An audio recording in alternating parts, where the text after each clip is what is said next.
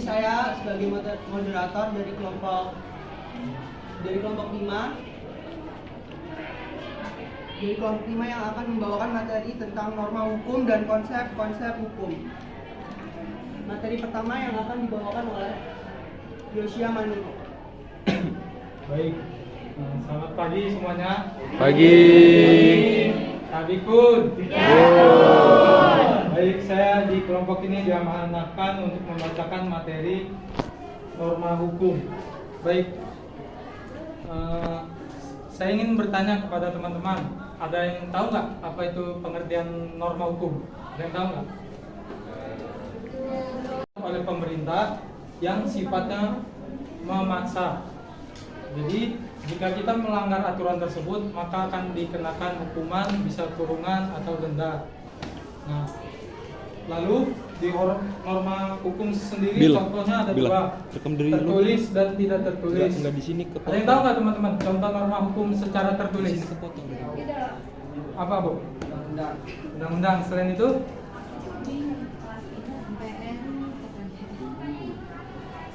Siapa jadi jawab? Siapa yang jawab? Ada lagi? Sudah itu aja. Nah, selain undang-undang ada UU, ada peraturan pemerintah, ada peraturan pemerintah yang lain lah, peraturan daerah yang lain. Lalu ada contoh norma hukum yang tidak tertulis. Ada yang tahu nggak contoh norma hukum yang tidak tertulis? Apa ada ya? Ya, ada lagi yang tahu? Selain hukum adat?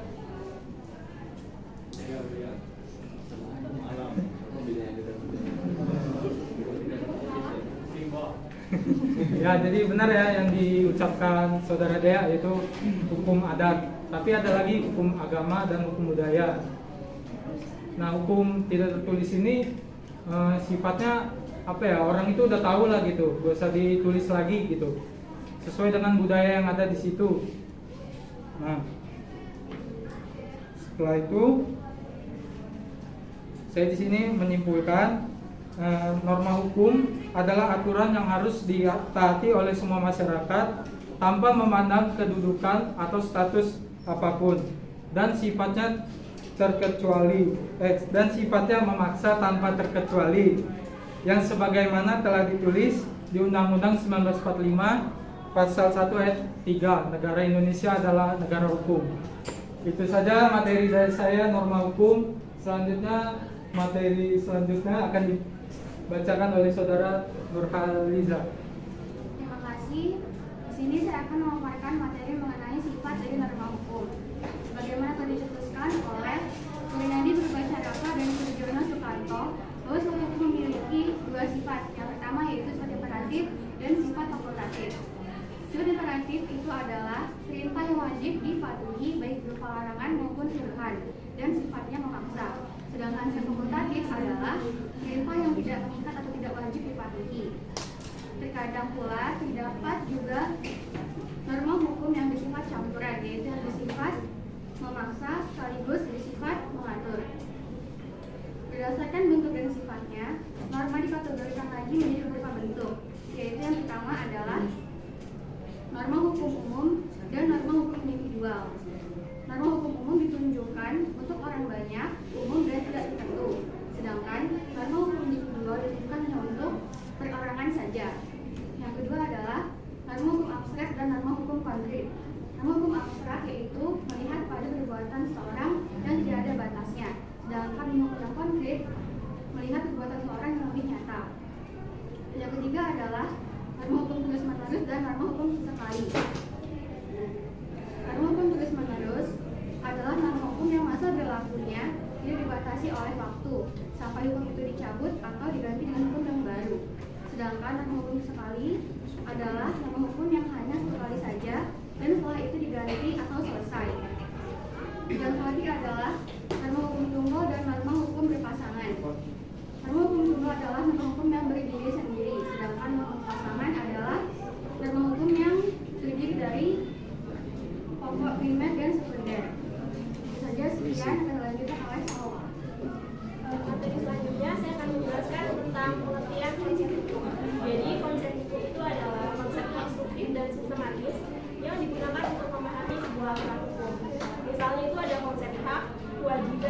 lembaga hukum, hubungan hukum, kemudian ada perikatan, perkawinan, waris dan juga jual beli. Kemudian menurut Sotarjo Winjo Subroto, dia mengemukakan 5 konsep hukum yang dikembangkan oleh Setiono. Yang pertama, hukum adalah asas kebenaran dan keadilan yang bersifat universal. Kemudian yang kedua, hukum adalah pola-pola sosial, norma-norma positif yang terdapat dalam perundang-undangan hukum nasional.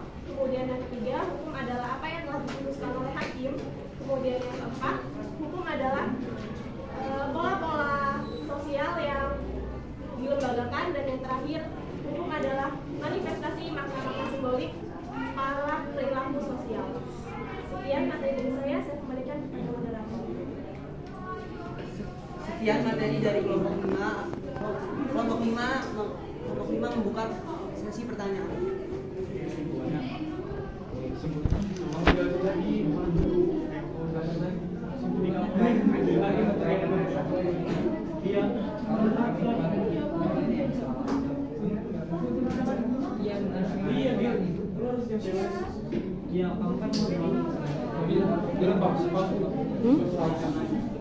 Baik, sekian materi dari kelompok 5. Di sini saya sebagai moderator akan menunjukkan materi ini, yaitu bahwa norma hukum dapat diartikan sebagai aturan yang resmi dibuat oleh penguasa, bersifat mengikat dan dapat dipaksakan. Dari materi ini kelompok 5 membuka sesi pertanyaan. Silakan untuk Pandu. Ya, dari sini aja. Perkenalkan, nama saya Pandu, FKM 2015. Di sini saya akan ingin bertanya tentang hukum. Apa sih kaitannya hukum, hubungannya hukum dengan kekuasaan? Assalamualaikum warahmatullahi wabarakatuh.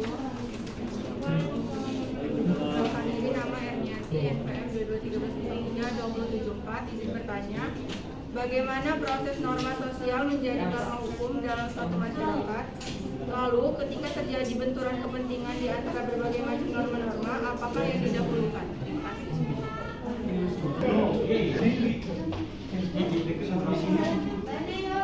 Dengan MPM 2213-03-42, saya ingin bertanya bagaimana pelaksanaan norma hukum yang ada di Indonesia beserta Baik, Saudara Pandu, pertanyaan yang Anda berikan akan dijawab oleh Saudara Yosia. Baik, jadi Saudara Pandu di sini bertanya apa hubungan hukum dengan kekuasaan. Nah, jadi saya sini akan menjawab, hukum bukan hanya menjadi subordinasi kekuasaan, tapi juga sering menjadi alat kekuasaan. Dengan kata lain, kekuasaan memiliki supremasi terhadap hukum. Oleh karena itu, definisi hukum yang dikemukakan oleh para ahli menempatkan hukum berada di bawah kontrol kekuasaan.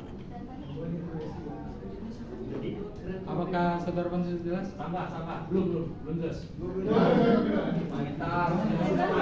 Jadi, hukum dan kekuasaan merupakan dua hal yang berbeda, namun saling mempengaruhi satu sama lain. Hukum adalah suatu sistem aturan-aturan tentang perilaku manusia.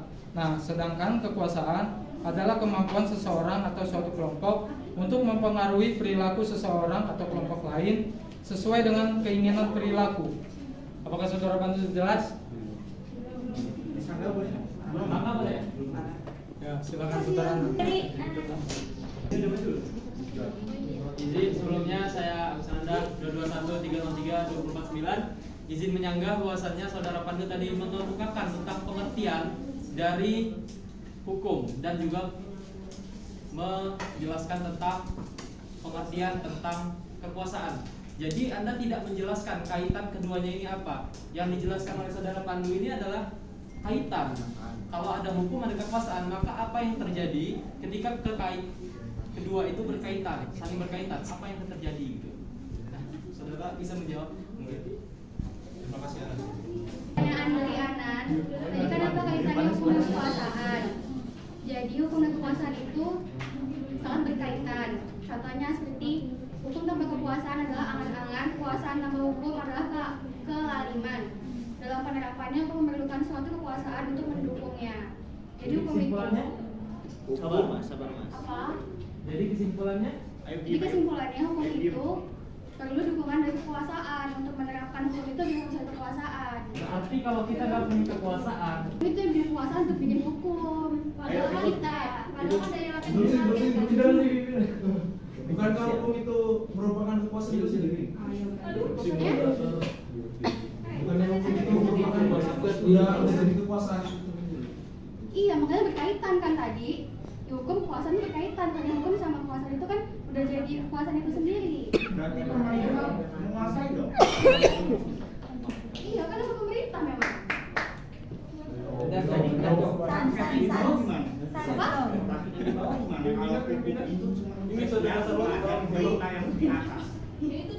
Ya kan KPK kan yang ini yang menaati, sedangkan pemerintah yang membuat hukumnya. Selanjutnya pertanyaan dari Erni yang akan dijawab oleh Salwa. Pertanyaan dari Abdul, bagaimana proses norma sosial menjadi norma hukum dalam suatu masyarakat? Lalu ketika terjadi benturan kepentingan di antara berbagai macam norma hukum, apa yang didahulukan? Jadi dalam kehidupan bermasyarakat itu banyak norma sosial yang harus ditaati. Apabila seorang melakukan pelanggaran terhadap norma sosial tertentu, maka akan ada sanksi sosial seperti dikucilkan, dicemooh, dan sebagainya. Namun lama-kelamaan di antara norma sosial tersebut ada yang bersifat memaksa, di mana bila seseorang melanggar norma tersebut akan memperoleh sanksi tegas berupa hukuman.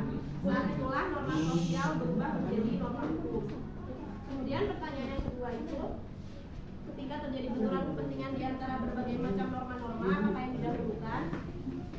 Jadi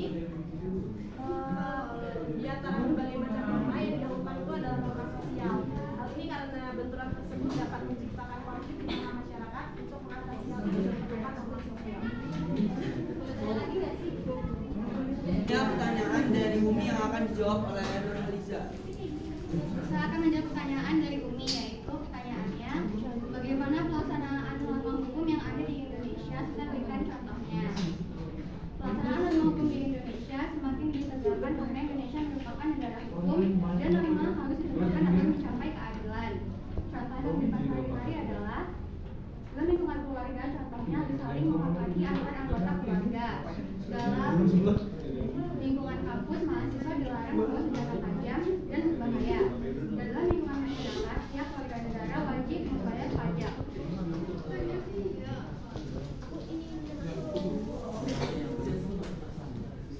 Sekian presentasi pada hari ini.